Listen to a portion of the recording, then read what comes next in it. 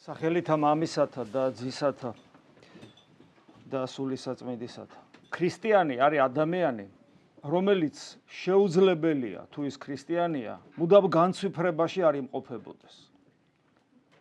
ზოგადად იმიტომ, რომ ჯერ სამყარო როგორც საოცრად არის შექმნილი და მეორე ის, რომ რაც მის თავზე, როგორც ადამიანზე და როგორც ქრისტიანზე ხდება.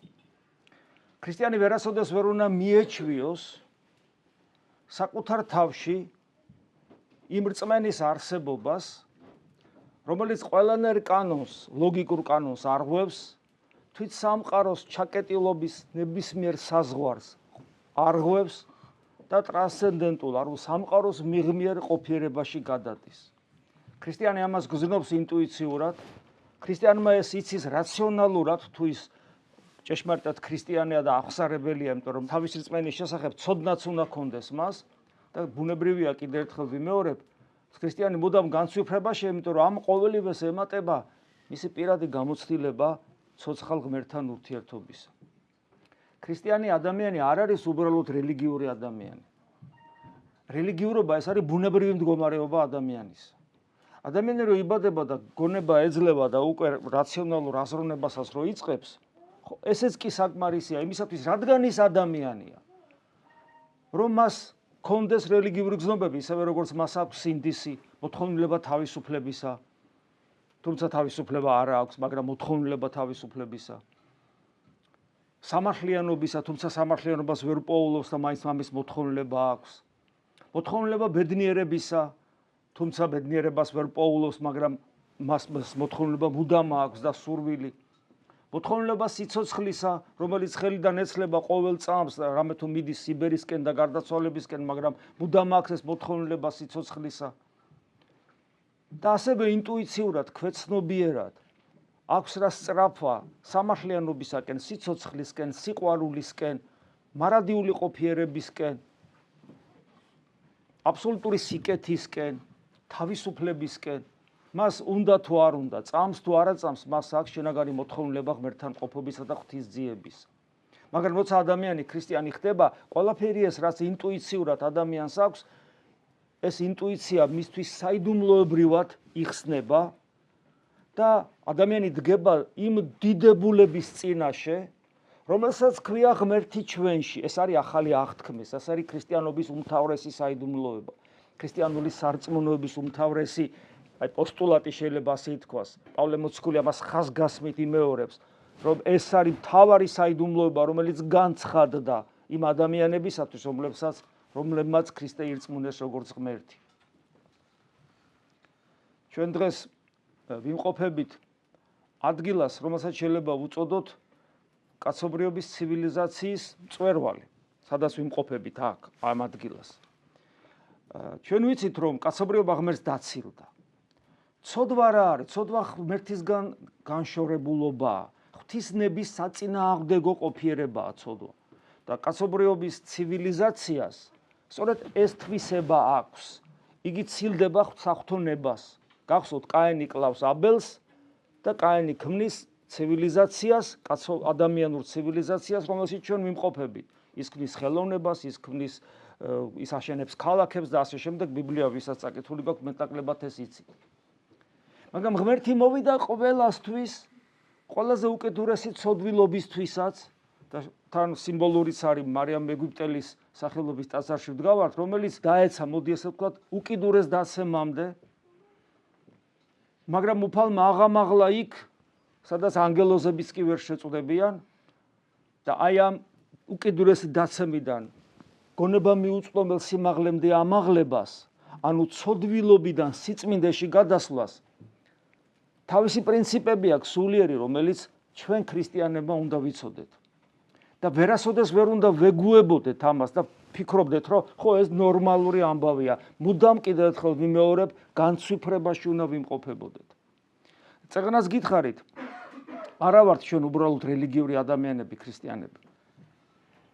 რელიგიურობა ეს არის მოთხოვნილება ადამიანისა, რომელიც ყველა ადამიანს გააჩნია. ხოლო ჩვენ ვართ ქრისტიანები, რომლებმაც რატომღაც ჩვენი ცხოვრების რაღაც წუთს თუ წამს, რაღაც პერიოდში ვირწმუნეთ, დავიჯერეთ და ცხოვრებას ვუძღვნით ამ დაჯერებას და ამ რწმენას. რა რწმენას, რომ 2000 წლის წინ დაბადებული მაშინდელი ცივილიზაციის პროვინციაში დაბადებული იეშუა, ანუ იესო არის გალაქტიკების შემოქმედი. ღმერთი ყოვლის მყრობელი, რომელმაც სამყარო არა მარტო შექმნა, არამედ ყოველივე ხელთ უპყრია დღევანდელ დღემდე და მარადიულად ასე იქნება.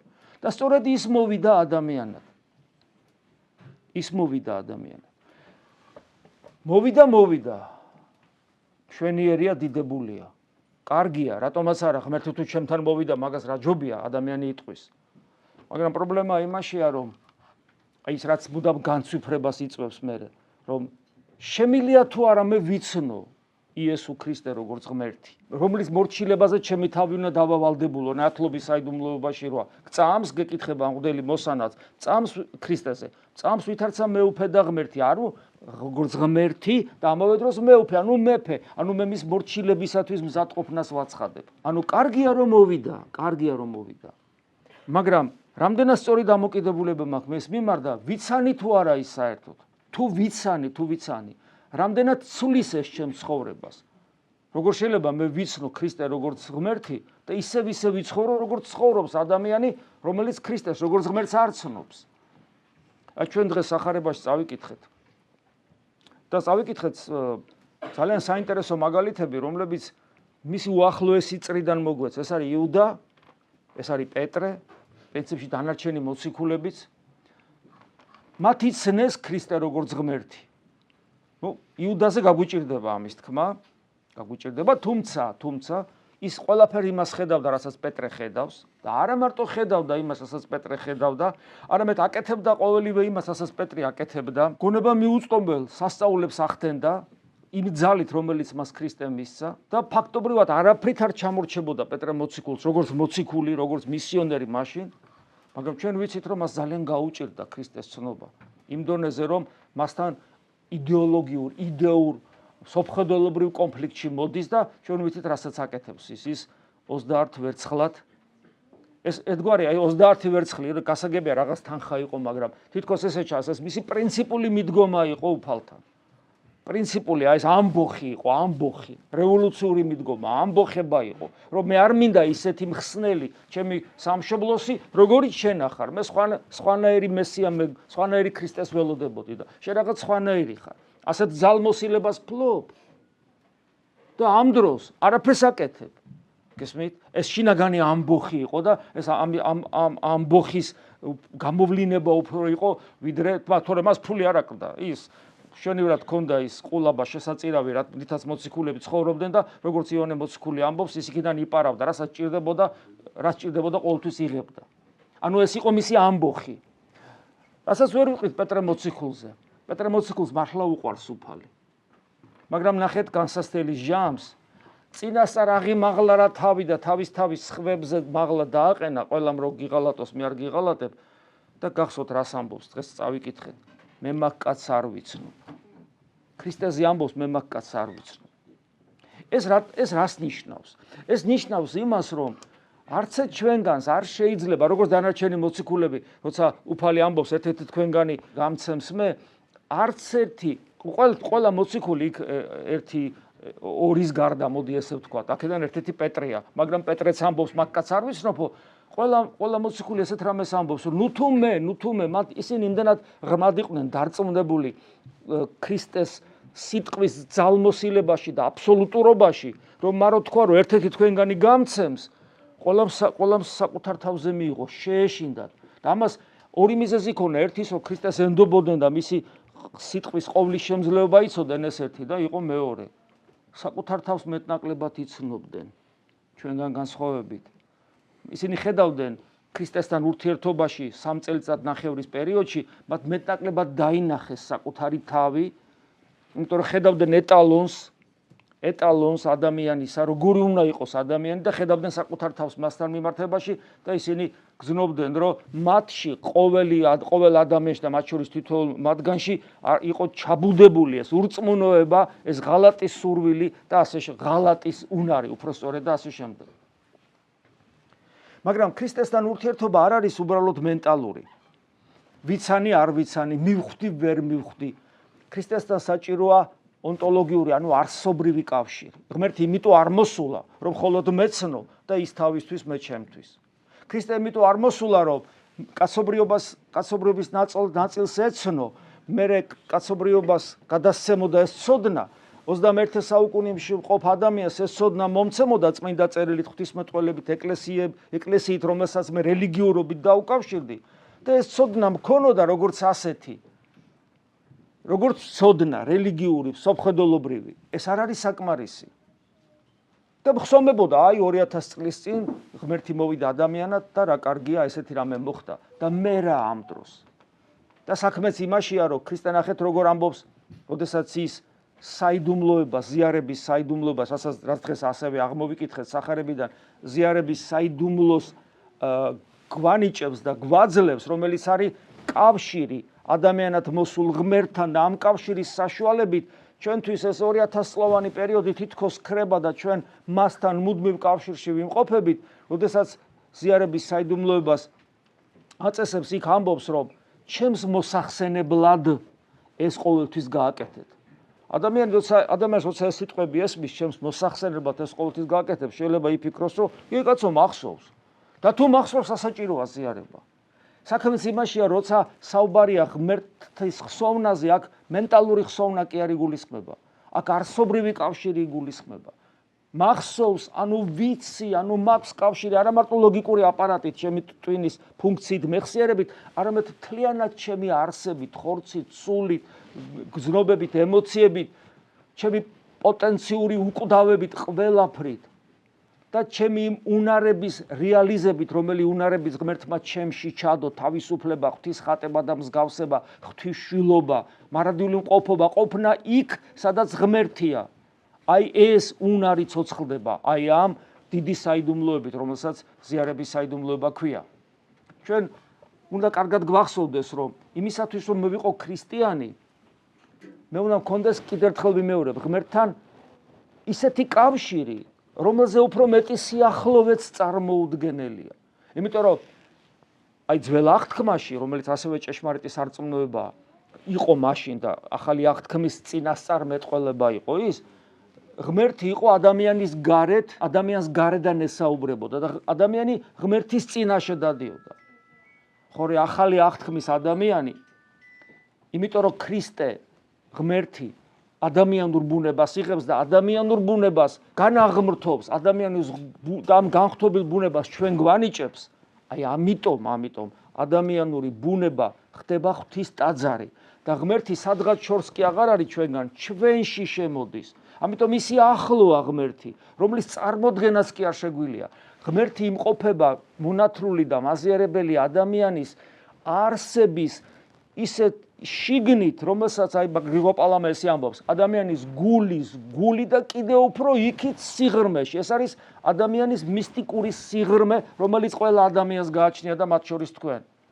ამ მისტიკურ სიღრმეს ვერაფერი ვერ ავსებს გარდა ღმერთის, ამიტომ ადამიანი სანამ ღმერთს არ იპოვის და მასთან უმჭიდროესი კავშირი არ ექნება, ადამიანს მუდმივი დაუოკებელი სწრაფვა აქვს რაღაცისკენ, გაუაზრებელი მიზნისკენ, ბედნიერებისკენ, რომელსაც ვერასოდეს ვერ პოულობს. და აი ღმერთი ესი ახლო, ყველაზე ახლო შემოდის ჩვენთან.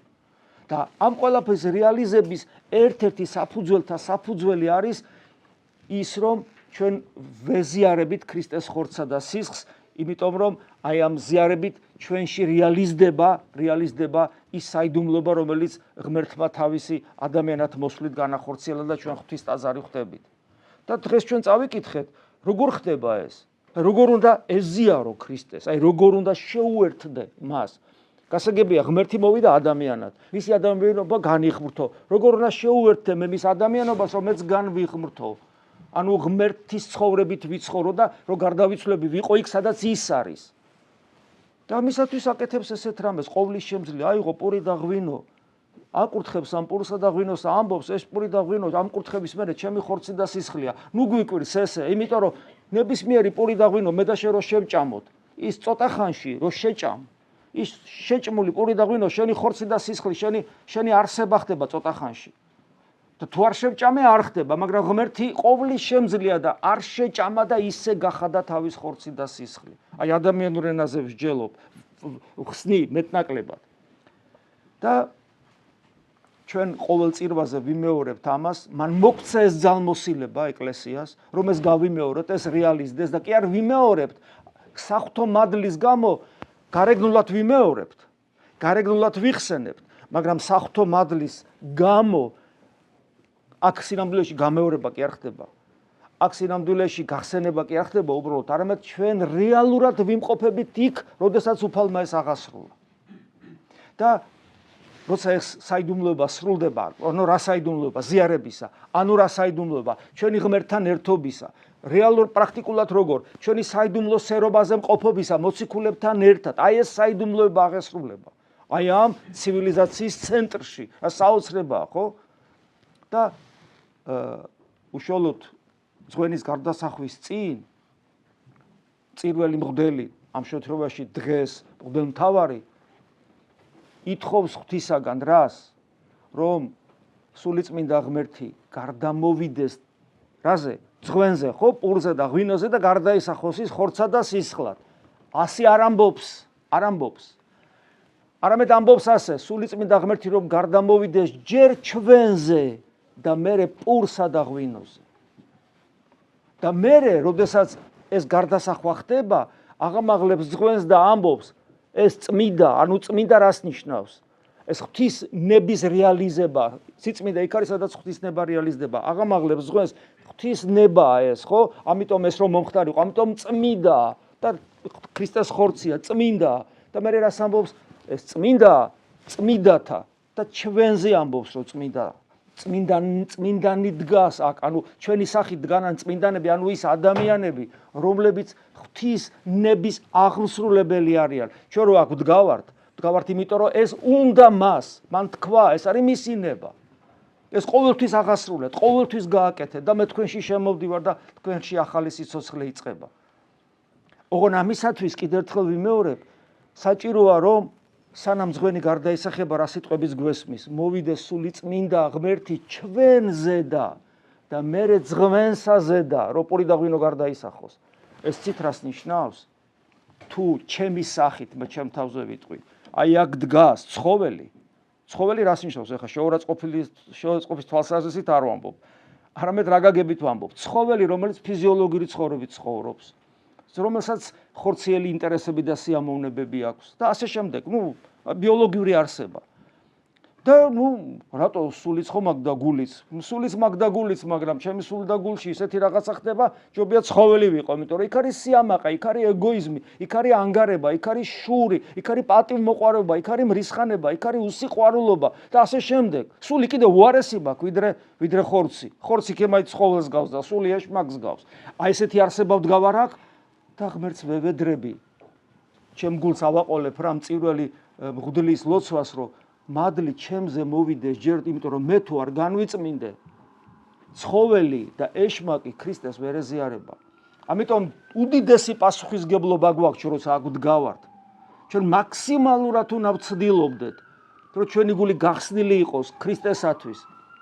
და ამას ჭირდება ვარჯიში, გულის ვარჯიში, სიმდაბლეში, მოყვასისადმი ერთგულებაში, სიყვარულში, მოთმინებაში, დიდსულოვნებაში, ღვთის განგებულებისადმი მორჩილებაში და სიყვარულში მოყვასისა და სიყვარულში ქრისტესადმი სიყვარულში მორჩილებაში უნდა ვავარჯიშოთ გული და მის მიერ დაარსებული ეკლესიისადმი სიყვარულში უნდა ვავარჯიშოთ გული. ვერ შეიყვარებ ქრისტეს თუ მას არ იცნობ. შეუძლებელია გიყვარდეს ადამიანი თუ არ იცნობ. შეუძლებელია გიყვარდეს ღმერთი თუ არ იცნობ. და ღმერთმა ყველაფერი გააკეთა იმისათვის, რომ მე მას ვიცნობ და ის ადამიანად მოვიდა ჩემთვის ჯვარცმა, მე მოვკალი ქრისტე ჩემი ცოდვების გამო. მე უნდა ეს გავიაზრო და უნდა დავიწყო მისი გაცნობა. თუ არ გავიცანი მე მას ვერ შევიყვარებ. და მისი გაცნობის გზაზე ხდება საოცრება. მე ხომ მას ვეძებ, მე ხომ მასთან კომუნიკაციას ვცდილობ, მე ხომ ის ერთგულებას ვცდილობ, ანუ მცნებების აღსრულება ხომ ის ერთგულებაა და მე ხო უამრავ განსასწრებს მისი სიყვარულის გამო, ჩემი მისდამირწმენის გამო მოთმინებით ვიტან, რომ არ გადავგვარდე და არ გავბოროტდე, იმდენი განსასწრელია სამყაროში, რომ არ დაუთმო ჩემს ეგოიზმს, ჩემს მრისხანებას, ჩემს შურს, ჩემს ანგარებას, ჩემს ქვენაგრძნობებს, ხო ვცდილობ ამას. გასასწრებელი მაინც მიტევს, არმანებებს თავს. ნათლობის წინ ეშმაკს შევაფურთხებო ეშმაკსო და ეშმაკსაც დამახსოვრებული აქვს და შანს არ უშვებს, რომ არ შემავიწროვოს. მე მაინც არ ვთმობ, სათავარ სიკვდილამდე უერთგულო ქრისტეს და თუ ადამიანი ასე ცხოვრობს, აღმოაჩენს, რომ ადრე რო ეგონა, რომ ღმერთი თავისთვის და ეს თავისთვის, მე აღმოაჩენს, რომ ღმერთი თურმე ზრუნავს შემზე და არც ერთ განსაცდელში არ ვყოფილ ვარ. ისე რომ ის ჩემთან არ ყოფილიყო და არ გამოვეყვანე. ხორციელ განსაცდელს გულისხმობ. ხოლო სულიერი განსაცდელი, რომელიც პირდაპირ დემონური წარმოშობის არის, სულიერ განსაცდელის დროსაც მიფარავდა, რომ ბოლომდე არ ჩავეყლაპე ეშმაკს თავისი ნებასურვილით. და მე აღმოვაჩენ, რომ თურმე ის უზრუნავდა ჩემზე და მე მიჩნდება მისდამი ნდობა. რწმენა გადადის ნდობაში, ანუ იმედში გადადის რწმენა და როცა ერთხელ ვენდე, ორჯერ ვენდე, 1000-ჯერ ვენდე და აღმოჩნდა, რომ სულ ჩემთან არის, მე ხდება უკვე მისი გაცნობაც, მისი ხასიათისთვისებები შემოდის ჩემში, იმიტომ რომ ის ხო ჩემს შიგნიდან მელაპარაკება და ნელ-ნელა ჩდება ჩემი მისდამი სიყვარული. და აი დღეს აღმოვიკითხეთ, თუ არ ვცდები, იოანე მოციქულის სიტყვები. ჩვენ გვიყვარს იგი, ქრისტეზე ამბობს, რამე თუ პირველად მან შეგვიყვარა. ნახეთ, ქრისტე რომ მიყვარდეს, ეს ფორმულა როგორია? მე რომ ქრისტე მიყვარდეს, ჯერ უნდა ვიცოდე რომ მე მას უყვარ ვარ. და თუ მე ვიცი რომ მას უყვარ ვარ, აღარაფრის ცხოვრებაში აღარ მეშინია. და ბოლომდე ვერ დგულებ მას. ყველა ნებისმიერ სიტუაციაში, როგორაც ეს დისკომფორტს არ უნდა მიქმნიდეს. იმიტომ რომ მე ვიცი მას უყვარ ვარ. არა მარტო თეორიულად, არამედ რეალურად ვიცი. მე ვიცი რომ ის ჩემთვის მოკვდა ჯვარზე, არა ზოგადად ხოლოდ, არამედ ჩემთვის მოკვდა ჯვარზე. აი ადამიანი, რომელშიც ასე და ამგვარად უცოცხლდება რწმენა, გესმით ადამიანი რა მდგომარეობაშია.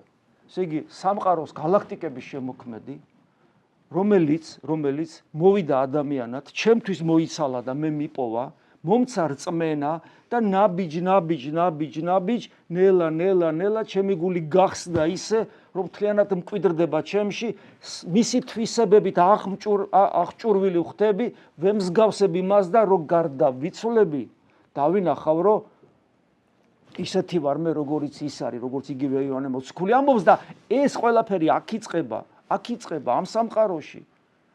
და ამ დროს აი ამ ცივილიზაციის ცენტრში, სადაც თითქოს ყველაფერი ღმერთის საწინააღმდეგოა, სადაც ღმერთი პრინციპში ამ ცივილიზაციას თითქოს არ ჭირდება, ამ დროს ძლიერად აღწევს ჭეშმარიტი ეკლესია მართლმადიდებლური ცოცხალი რწმენით სამყაროს შემოქმედისადმი განკაცებული ღმერთისადმი ცოცხალი რწმენით და თქვენ აქ ცხოვრები ადამიანები იმედი მაქვს დროებით და დაბრუნდებით სამშობლოში, მოდიხართ აქ და სულს მოითქვავთ ხოლმე და იხსენებთ, რომ თქვენ ქრისტიანები ხართ და არა მარტო იხსენებთ, არამედ ცდილობთ, რომ ქრისტეს უერთგულოთ.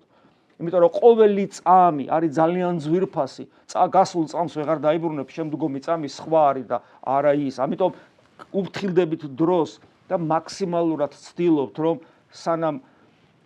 სანამ პირში სული გიდგათ, მოახდინოთ რეალიზება თქვენი როგორც ღვთის ხატება და მსგავსება არსებისა. აი ეს არის. და აი დღევანდელი დღეც კიდევ ერთი ძლიერი ნაბიჯია ამ გზაზე, იმიტომ რომ ყოველი წირვა ეს არის აბსოლუტურად უნიკალური. არც ერთი წირვა მეორე წირვას არასოდეს არ გავს. არც ერთი წირვა არ გავს მეორეს. ყოველი გაცდენილი წირვა არის გაცდენილი შესაძლებლობა ღმერთთან უნიკალური ურთიერთობის. ამიტომ დღეს ვინც აქ მოხვედით, თქვენთვის ეს უნიკალური დღეა. არც ყოფილა მანამდე, აღარასოდეს აღარ იქნება და ეს უნიკალური დღე არის საფეხურის შემდგომი უნიკალური დღისა და ასე შემდეგ. და ჩვენ არასოდეს უნდა მოგვაკლდეს განცვიფრება. არასოდეს, რომ ქრისტიანები ვართ, რომ ჩვენში ღმერთმა დაიდო ბინა, იქიდან გვეზრახება და გვესაუბრება, რომ საქართველოს ეკლესიის საჭეშმარიტ კურთხევით გაიხსნა საქართველოს მართლმადიდებელი ეკლესია, რომელსაც ეპისკოპოსი ყავს, სადაც არის ეპისკოპოსი, იქ არის ეკლესია და ეკლესია აბსტრაქცია არ არის, იქ ეკლესია ნიშნავს ეპისკოპოსთან მორწმუნე მრევლის ერთობას, ყავთ განათლებული მამები, რომლებიც უშუალოდ ყველაფერს გასწავლიან, რაც საჭიროა სწორი ნაბიჯების გადასადრებლად, რომ რელიგიურები არ ვიყოთ, არამედ ქრისტიანები ვიყოთ, ეს სხვადასხვა რამეა იმის გამო რომ თქვენ საქართველოს მართლმადიდებელი ეკლესიის წიაღში ხართ, ეს სოფლიო ეკლესიის ნაწილია, მაგრამ ეს კიდევ დამატებით ბონუსად შეიძლება ასე ითქვას, იძლევა იმის შესაძლებლობას, რომ თქვენი ქართველობა არ დაკარგოთ, იმიტომ რომ მადლობა ღმერთს, რომ ქართველები ვართ, არა იმიტომ რომ სულისხონებას ეს ჭირდება, სულისხონებისთვის ქართველობა საჭირო არ არის. არამედ იმიტომ რომ ქართველობა მასწავლის მადლიერებას, აი მადლიერება არის სულისხონებისთვის საჭირო. არა ქართველობა, არამედ მადლიერება და ქართველობა მადლიერებას მასწავლის ჩემი წინაპრებისა, რომლებმაც არავითარ შემთხვევაში არ დათმეს ქრისტეს ჯული. და რა თქმა უნდა ღვთისგანგებულებისა, რომ იმ ქვეყნის შვილი ვარ, რომელმაც დაადასტურა 1700 წლის განმავლობაში, რომ იგი არ დათმობდა ქრისტეს ჯულს, კვდებოდა, ნადგურდებოდა, რა აღარ ემართებოდა, გესმით? ჩრდილოეთ კავკასია გაამუსულმანეს, აგერ მთელი ეგვიპტე არის ფაქტიურად ქრისტიანული ასკეტიზმის აკვანი დაიწყა, იქ შეიძლება ასე ითქვას. და დღეს ქრისტიანობა პრაქტიკულად აღარ არის. და რამხელა ეგვიპტე, ქართველები ვერ გაგვტეხეს. და რო ვერ გაგვტეხეს, იმიტომ ვართ მე და შენ ქრისტიანები. იმიტომ მივიღეთ ყოვლადწმინდა სამება ღმერთის სწავლებს, შესახებ სწავლება და განკაცებული ღმერთის სწავლება, აი ისე მივიღეთ თითქოს არაფერი, თითქოს აი დედის ძესავით რომ მიიღებ. დიდი რა პრობლემაა, ეგრე უნდა გწამდეს და ეს სინამდვილეში ეს ერთ ცალკე სასწაულია. იმიტომ რომ ასეთი რწმენა, რომ ყოვლადწმინდა სამება ღმერთი გწამდეს და განკაცებული ღმერთი, ეს არის შეუძლებელი ადამიანური ლოგიკური აპარატისთვის. პავლე მოციქული სისულელეს უწოდებს ესეთ რწმენას. პავლე მოციქული სისულელის საფწამსო იძახის. ამიტომ ჩვენ გვმართებს მადლიერება ჩვენი წინაპრებისადმი და ღმერთისადმი, რომ აი ამ ქვეყნის შვილები ვარ და საქართველოს მართლმადიდებელი ეკლესია იმის საშუალებასაც გაძლევთ, რომ თქვენი კარგ რწმენასთან ერთად სამშობლოს სიყვარულის განიმტკიცოთ და მერე უერთგულოთ კიდევაც თქვენ სამშობლოს. მადლობას იხდით. მადლობას ვუხდი პირველ რიგში ღმერთს, რა თქმა უნდა, რომელმაც მომცა საშუალება, რომ აქ ყოფილიყავი თანამწირველი ჩრდილოეთ ამერიკის ეპისკოპოსისა და აქ მომსახურე ჩემი ქრისტეს მიერი ძმებისა. მადლობას გიხდით თქვენ, რომ ამის საშუალება მომეცით, რომ თქვენთან ერთად ღმერთი მეძებნა. მადლობა პატრიარქს, რომლის კურთხევითაც დღეს აქ ვიმყოფები. მადლობა ჩვენი ეკლესიის წმინდა სინოდს, რომელიც ასევე საქმის კურსში არიან და ფიქრობენ და ზრუნავენ თქვენზე, მათ შორის მეუფეშიო საქართველოს პატრიარქის მოსაყდრე, რომელმაც ლოცვა-კურთხევა დამავალა თქვენთან გადმომეცა და ყველას ტკივა. მე მინდა გითხრათ, რომ განსაკუთრებულად ქრისტიანებს ტკივათ ის, რომ ამდენი ქართველი არის საზღვარგარეთ და ყველას აქვს ეს სურვილი, რომ ყველანი ერთად შევიკრიბოთ და დიდი საქართველო და ლამაზი საქართველო გქონდეს. ამიტომ ყველანი ლოცულობენ თქვენთვის და აი ესე გვაბარებენ სიყვარულს, როგორც კი ამის შესაძლებლობა ეძლევათ. მადლობა უნდა უთხრა თქვენი ეპარქიის მმართველ ეპისკოპოს მეუფე საბას, კავშირი გქონდეთ ეკლესიასთან, რომელიც ნიშნავს კავშირს ეპისკოპოსთან. ტაძარში შემოსვლით და გულზე მჯიღის დარტყმით და სადღეგრძელოს თქმით, რომ ჩვენ სალოცავლებს გავუმარჯვებთ, ამით ადამიანი ქრისტიანი არ ხდება. ამიტომ გისურვებთ ამასაც, იმიტომ რომ ეკლესია აბსტრაქცია არ არის, ეკლესია არის კონკრეტულობა. ისე როგორც ღმერთი არ არის აბსტრაქცია. გესმით, ისევე ეკლესია არ არის აბსტრაქცია. ეს ქრისტეს მისტიკური სხეულია, რომელსაც მას ხილული თავი ყავს. ეს ხილული თავი ეპარქიაში არის ეპისკოპოსი. და გისურვებთ, რომ ეს კავშირები გქონოდეთ და რა თქმა უნდა გისურვებთ ღირსეულ დაბრუნებას სამშობლოში. ამინ. მადლი უფლისა ჩვენისა იესო ქრისტესი და სიყვარული ღვთისა და მამისა და ზიარება სული საწმინდისა იყოს თქვენ ყოველთა თანა. ამინ.